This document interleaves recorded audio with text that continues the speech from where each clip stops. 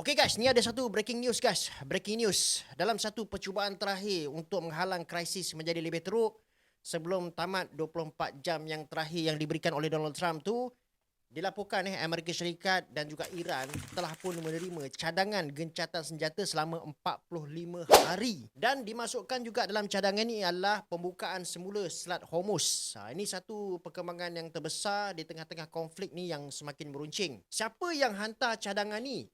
Yang hantar cadangan ni adalah mediator pihak-pihak yang jadi mediator lah.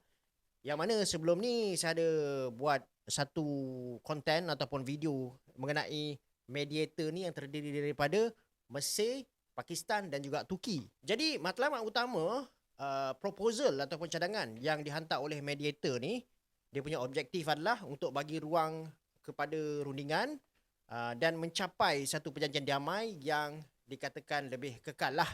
Ini berlaku selepas ancaman keras daripada Presiden Donald Trump yang mengatakan dia bagi deadline terbaru lah untuk Iran, iaitu 24 jam yang dikatakan terakhir. Terakhir lagi.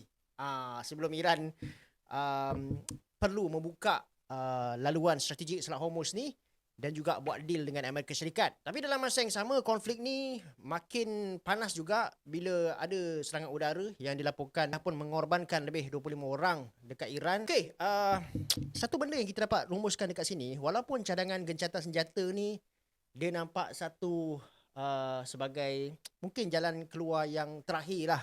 Akan tetapi realitinya masih penuh dengan pelbagai ketidakpastian. Sebab kalau kita perhatikan rundingan ni, kalau jadilah, dia bukan setakat isu perang je. Akan tetapi ada syarat-syarat besar.